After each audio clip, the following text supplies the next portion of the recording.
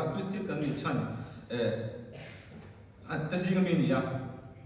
ama ro chei he ro kho ma pathian tu kan mai thla mai te po hi ya thal tu ama ro chu tok lo vani iswa du zo angin kan nu em ti kan zo chin tu ni ya kan thalai pu te po chu mi kom zo ve zel tu zo in kan shoi tu ni fsc bung li chang so pathuma cho ni then kat chu zo ne tan te then kat chu chan chin traffic tu atan te then kat chu ko khan chom tu le zir tir tu tan te apea tiangin rombol dan sang ama ti ko polan asoi ti kan samon masa an sei to ka rombol dan kha chi sang au mani ka che bangin hei ko khada rombol te ko khan huam chu ka rombol na te po yan rombol dan sang kha rombol na ki sang kha lom le sap to mi de peng sang te attempt to light and sound te mo attempt to music lam pang te ka ti khan Sunday school te ka ti khan rombol na peng sang dang ka om le po ka pathian in man ro hi nga khapa rombol dan chi sang hi ama chan chin thapon dak dan chi sang hi pathian in man ro hi anga khap me a ama ro chu kai ni mi khrin so ni tu dan te nge tha ti riau so chu kan ne ya tin kan lung le so ta ko kan ne ya ama ro chu pathian so ni chi sang rombol dan ha chi sang anei ni kai ni hriat pak te po tam ta ko mam jo tiang chuan rombol na hi azam em ani ke tri pi a chuan ni khotlang ta na na lampang social work te social service lampang te po hi kan ti thina tina tlom mai na te a chiat ni that ni kan tel ve ang chi te tin ti sin pek te po hi rombol na ve kan ya natlang kan han chet ang chi te isu min kan lam khat lo po ni me the ma se kan nun mangin Christian thalai chu ke tiang hian ni ti kan lan tir thina ni ma se a ho me o ve te po kan ti the ma se oi me hi a tro bul kan thil chuan kan Christian missionary ma sa tele kan rombol tu thata te tin ania enge an kal dan tu te ka tiang song dong tu te chu ka tiang chi Christian na manga tu na ni wangin awai me ani mo social work pa kha tel ve tat me ya kan rombol na hian hemi service on lam pa hian in social work te hi an wa khop me an lam ma hian kan pu lova ni kholaya ei tur han siam te le ka tiang mi chi sang han kom chung chang ate social service lam ma hian kan tu lova kan ti thowa Christian thalai te po hian ni ke tri pilam pa point kan ti thowa ama ro chu kan bo nan tu lova ti ro chu kan ti thina ni mo tin ke tri pi rong bol da po ka rin chu ti la pang te social work social service lam pang te kan ne ya tin kan chi na ron ben te kan huwa ka tiang music kan thiam na pang te thiam ve khem te pang han zira ko kan talent te ka tiang chi kan in kan han zir thiama ka tiang manga pathian han fak te ka tiang te po kha ke tri pi rong bol na noi mi ve kan ya entil na ni referendum routing a kan chen ka cho kan thien ka ringa kan ko na tra pastor cho ka nya thi to a ka pa hoi upavanal hoi a kha at khawun lai ka KTP leader ka ni thina an soya a hun lai chu long ve ha lo ka ve lo ma ro chu soi kan thien ni a I tum ka chu ama kha tam doi ti thini ni u routing kha tam doi ti thini ni a ti ve na sa thin ko me ma ro chu guitar kha tu e me ma thiam ko ka ka tiang kha ni tum ka chu KTP leader ina ha chap chung kha ni a ron tlan lu ta ulal shoi guitar per ve mi phal sak lo dia a ron tia ni an tia routing kha guitar per lo phal sak ve ro a tel ve lo phal sak ve ro kan tia kan fa kan vai in how der ka ka tiang kha ni a tel ve kan phal sak ta zo khatia nge music pang khan guitar ka tiang pang khan ai pang chong ve zela cho nun thaso ka lo nei ta to ba pe zo ni e sara pur ko lai cha khan bd zir kan pakhat na ni nge ya tin sidot noi pa pastor ni ka tiang khan ni a thi thengin e pastor ani mo abul tan na KTP abul alu tan na ka zo ho ve me guitar per khan ya guitar per katia atila pe zo lo phal sak vak lo le hala rui de uthina bang khan ma se ti khan phal sak nge an per ti ta ka chon no kha lo ti ka tian chet ve kha ti khan in an po zoi lo tha ve ka tiang te khan e rong bol dan sang om ka ti KTP po hian rong bol na chi sang tam tak me hi oma tin fundraising te po hi kan ngai a rau lo view po ani thaya to ka lai da pe ju kan in nial do thina mi group rong bol na e fund and raise sal to si te hei kumela pe chu dan raise to na cham chu nakuma diamond jubilee Salon branch in kan man do na wangin chumi a chuan sum tam tak kan mamo wangin kan man tu ka kan la race ton chau ni he kan tong pol na sum kan race te po hi kan ta nge kan man ti kha han ngai to chiang tai la thil da ba kan bang chung lo rong pol na ta kan ma ni mo ke ma ni ti chak ton nan te le ka te thil chi rang rang ti nan han kan panga en til nan di fan kan lo race a eta faith promise ta kan pe a mi nge missionary chom nan te le ka ti rang rang nan te ba ka kha ni he kan in khom na kan sound te ka te kan ma mo chi rang rang sub committee rang rang kan budget den le khang sum lo dun mang kha ni ke ti pi ro kan bol ta ni ti han kan lo chi hau thei ta a tha takin rom bol na kal thei ta ni ka kan sum che fe dan sum ni ta sum ka raw lo view mai mot te ko ni lo in direct in rom bol na han apoi mo he me ni kan tre thi bang chu mo sum to zo raw lo pakati kan lo ti mai thai kan lo mai to na thu ka chuan ma se han mai to chiang tau la eng tin nge kan man khá sung khá mồi thế nên chết về thì hai ngày tổ chức tao là rồng bồn ăn tất cả này à chú bằng trong fundraising thì bây giờ bảo em này thâu nào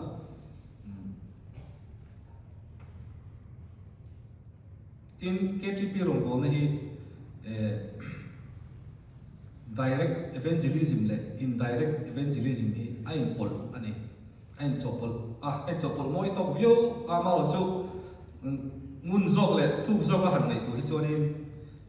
indirect evangelism lam hi kat kalpui na soka kat yang chi hemi ke mani administration dai rel bol na te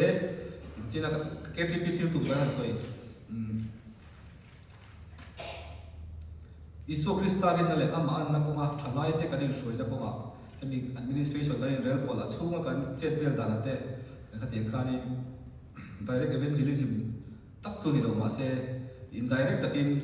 mi te pathian tan rong bol zel turin kan in touch shema ke mani ngai po mi dang te po kan touch shema ka tiang khani kan in ti al kan in chem at to na ka tiang khan rong kan bol thi ni e kha chiang lo chuan in KTP rong bol hi fit chin ve nga ya KTP rong bol hi e a chunga te om ve nga ya tin ngai tu mun ve te ngai te rong kan mo top te hi om ve the ni ha aba ro chung hun takin han ngai tu chiang la KTP le ting e rong bol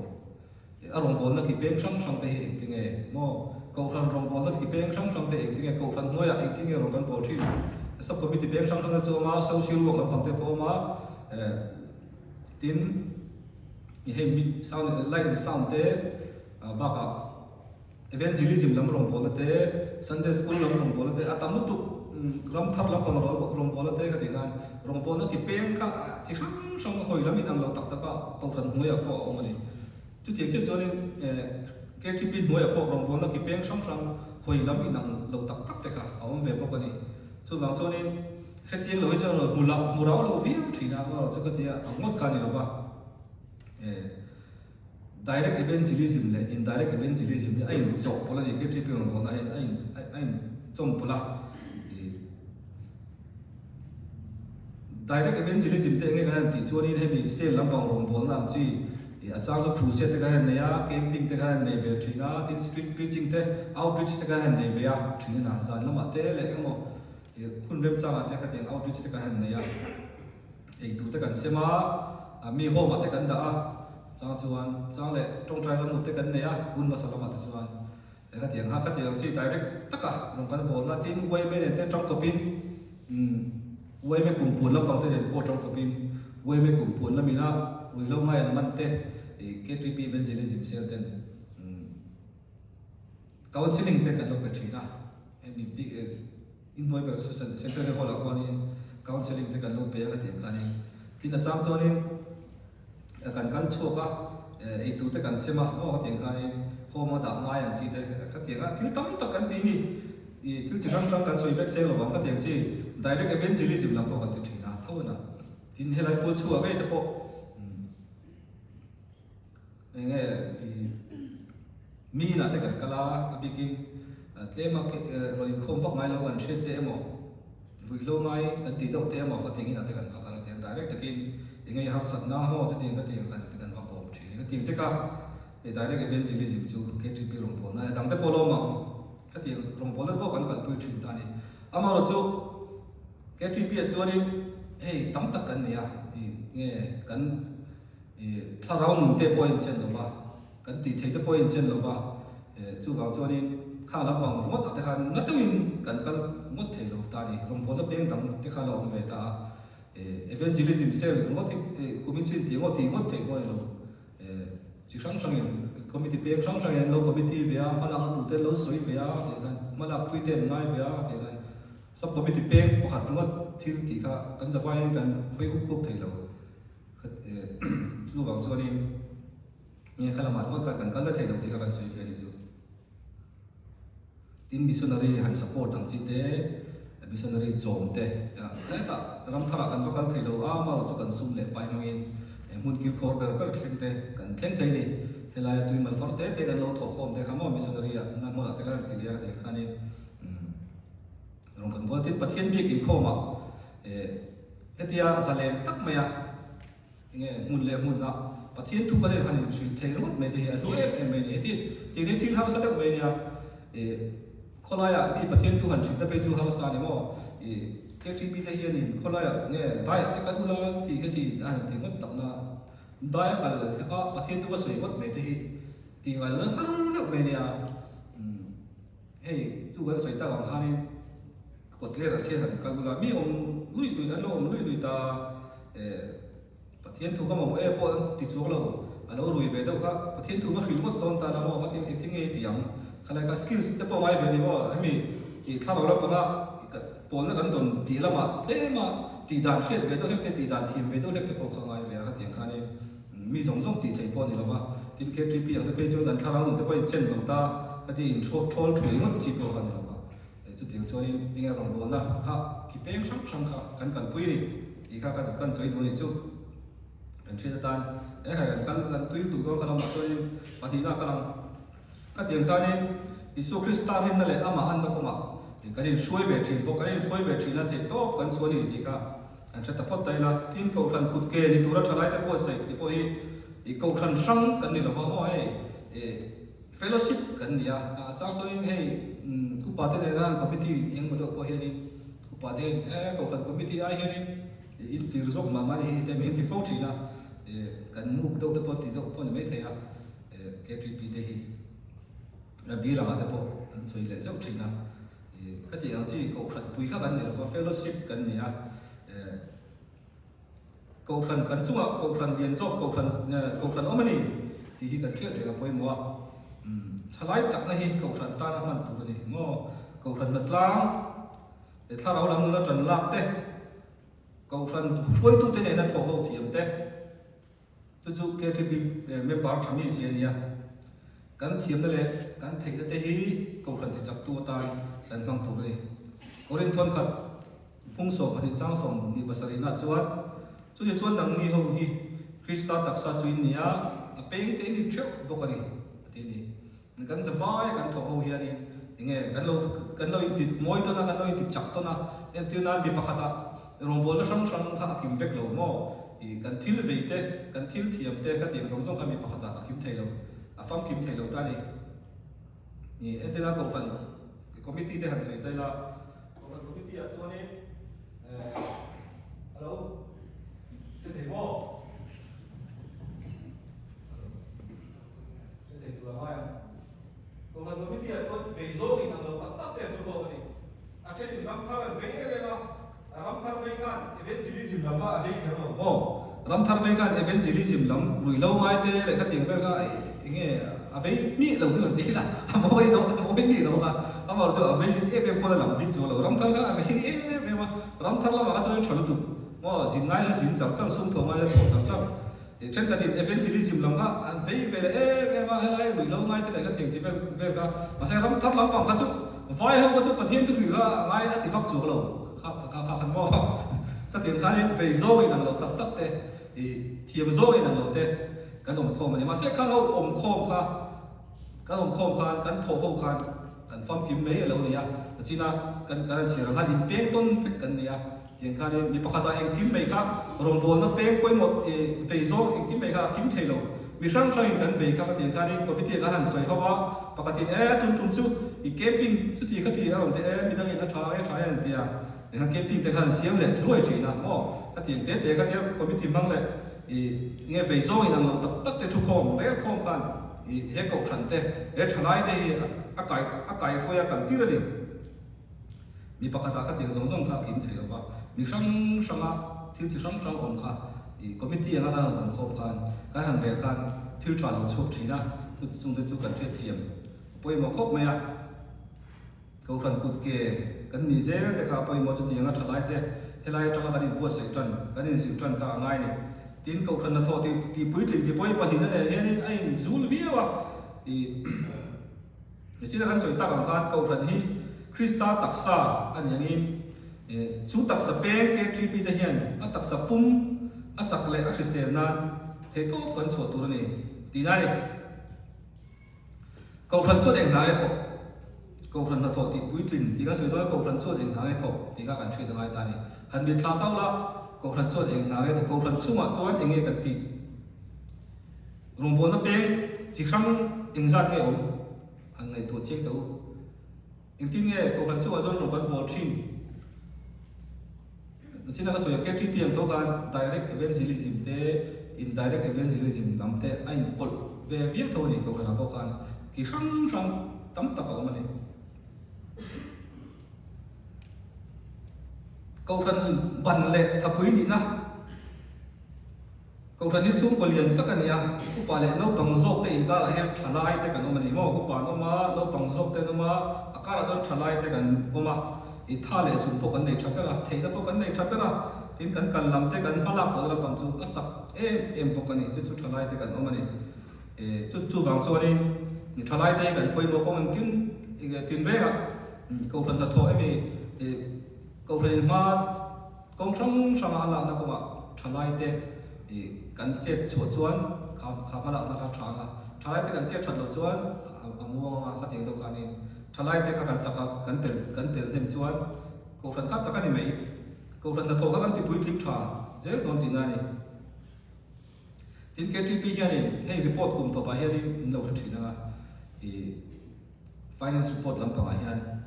cái TP in cầu phần áp dụng bên trong cái chủ ngõ bùng rùa ăn xong thế cái tiền report suốt tiền với cái tiền report đã làm chuyện này thế khá nên cầu khăn financial support tới bộ cần phải việc chuyện nào cái TP nó cầu khăn phải là nó sáng sáng missionary zone cũng ở thế nên bảo tên cần thổi lồng này cần sum lạp u nói cần thì chắc cần thì bùi tính về chuyện này kami cầu khăn là thổi thế kami missionary support financial support là bảo thế mà rồi chú thì tấm thầm over lúc tục anh chú cần thì thấy lâu nay financial support cầu khăn tới bộ cần phải chuyện anh cái TP tin branch tin chuan in pathian bik na hey worship in pathian ku presbytery zo kan ngai mukin kan ngai poi mo em a ko khan na tho poi mo per pakhat ania pathian bik ki chung ko ate chuan in kan tel dem tur nia in khom ko ate kan tel dem tur nia tin hey sai ruai anga te pei chuan bikin musician ate pei chuan in try te lovin ko khan zu sai hei thei lo ni emi khom pui le khom te khan ni me a chú vàng chuan in cần bơi mỗi em này cần musician thế bị kinh những cái công việc tập hiện nay chuẩn cần làm dễ khá khá cầu cần là thọ cần thì bơi linh là dễ là thì chú mi rồi năm mai đi hậu in rồi cũng là mình đang in rồi thì về thế này mình đang tiếp tục khác in chợ chùa về dễ khá bơi mỗi này tôi còn lại các cầu cần ham mà ông để vào keyboardist tour khác nó phản theo này chỉ là em một lại cho phản theo chỉ là này thì Azure tour thế khi cầu khăn in finance support tên bia anh mà đi xuống xem bị là vin thì khá là dễ tiêu chỉ là các tiền thủ tiếp bao các tiền hai anh cầu khăn khăn thì ở xe về chuyện bao cái này cái tiền chết cho cái chi phí tiếp bao khăn thôi còn lại là thì thì nuôi mẹ tiếp bao khăn thì này anh suy giáo lúc là nuôi mẹ tiếp bao khăn nên cần section suy về chuyện lại tiếp bao khăn thì ở đây được tổ này keyboardist tụi cái này thì lâu tụi ông khát thì hôm nay thì ông khát anh đủ thầy lúc sẽ cầu cần hết khát thầy không đấy khát thì nước điểm thầy không đấy thế mà chưa đây này thì Amazon kita dan rumah teh kan jual China kau ini kan masuk keyboard kan teh tang vàng khai keyboard di sau kan kau kan hal China abu tak teh memang celai kami keyboard ni na zai te kan du ve se ni pui kan ni ka zir don ke ma ka zir don ka tia kan zira ke ma cholo ko mi dang to kan zira kan zira ko me kan min tum saka zir me te ka na kan va zira to ka kan tum ve no no the ya na ting te kan ni e a chang ni cho ni musician dei a trong bây giờ thấy là music để chạy về mà đi lâu ta sẽ là đôi ngày bên lâu ta sẽ là cái đó mới anh tìm một chỉ đó thì hiện trang cho nên cái này chỉ là thì nghe cắn thiềm lên thế cắn thể lên thế khác để bắt thiên tan thì thể to ba làm thế là tìm bị đâm thế bộ để rồi chân số dễ tụ khai nên in nung lần duy dễ tụ khai nên in nung lần duy dễ tụ bị đâm thế rồi chân số dễ tụ bộ khai nên thể to số dễ là khác khác cầu phần là thọ cắn bị quý thì nó biết dễ là gì thì khác cần soi tua chỉ là cần soi yang khai giải lại thì ngồi em bị bé đằng kia đó rồi giải rồi thì giải rồi em bị cái special items này thì yang chi thì bây giờ in report tu rồi report tu lại là giải về tao đó cả solo về tao đó thì là in solo rồi hàng sao đâu mà solo thì rồi cả solo về tao đó thì solo rồi cái là mình ngồi vào solo nó bị cái khâu đầu ra thì là à quay cái khâu mày à anh không ra là solo này sẽ là try cái gì những anh đủ ở giải thể giải đủ có đồng chuan bé nó thì đủ có đồng con anh thấy cái giải thiếu được cái đủ mà thì đồng sẽ không mà lại giải chạy cái thì phải rồi chú bảo cho đi nó giải rồi bây giờ là nó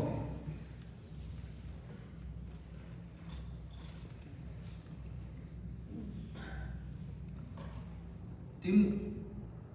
rồng bồn nó trong xuân cho mình Sunday school rồng bồn là thế nấu bằng dọc cái gì tiêu dễ mà các tiếng gì hay thay lại những rồi thế rồi không nó thế rồi không đó cần mention youth for Christ cái cái children for Christ cái thế rồi không đó thế rồi không thế thì branch tăng là cái gì KTP mùi ông chuyện này cần branch ở gần cổ là thế bộ hun những một chân youth for Christ cái KTP nó cái rồi em còn chuyện nào ở chân chỗ thế rồi dọc thế cái lấy rồi không bao giờ cần chia youth for Christ không cần chia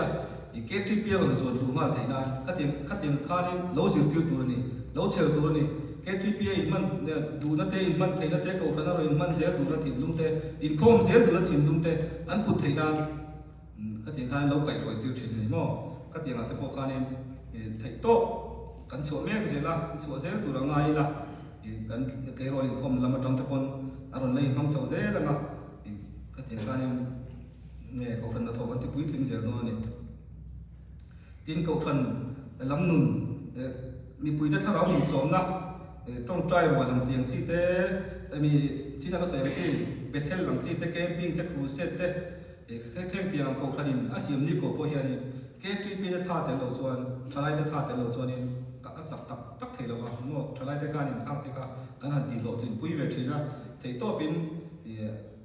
sau có mình biết không rằng là cái gần là cái mình thì thổ thì năng khăn thì tốt thà khăn số tốt chỉ là cái tiếng khăn nên cầu khăn là thổ ha cái thì quý tiếng mẹ cái thì quý tiếng dễ tụi nó đi à tiếng cần mua một cái lẻ dễ thì bảo cái tiếng khăn nên cái tiếng thì thầy tụi khăn cái gì tiếng dễ thì tốt cái là gì nên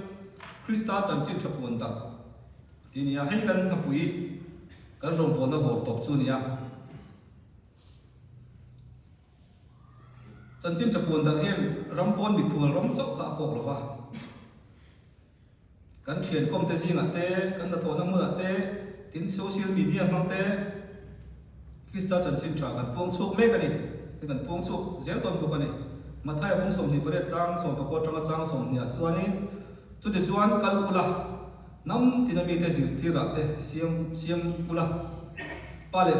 thà vào thiêm linh mình ngặt chuan baptist ula thu cái bệ rong châu bông tu rin dự trữ đầu tiên ngay từ cái cùng khôi không phải tập sinh khôi nhìn thấy là có sẽ là cái gì à tiếng đầu khán nên Krista chân chính trai cần buông đặt sẽ tu này à sẽ biết lâu tới này là hẳn của cái giúp lại về tan dân hàng xa này mà thì sẽ tổ te nung tổ te à cái tiếng gì cần buông mình phâu tu này à cần thể anh em tin cần tìm mấy bốc à kan rong bol na hian chỉ là kan soi khani i ko sang ki pen tam ta kan ya zani na kan soi fek sen lo ma ama sa la ko ha kan soi to ngai tha cho kan thre ka tiang kan ki pen sang tam ta kan ya ka tiang kan chan chin cha ha kan pung ta se tu ri kan pung ta se poka kan ti to ton to me nge kan tak to ni soi tu kan ngal so riau le mo sa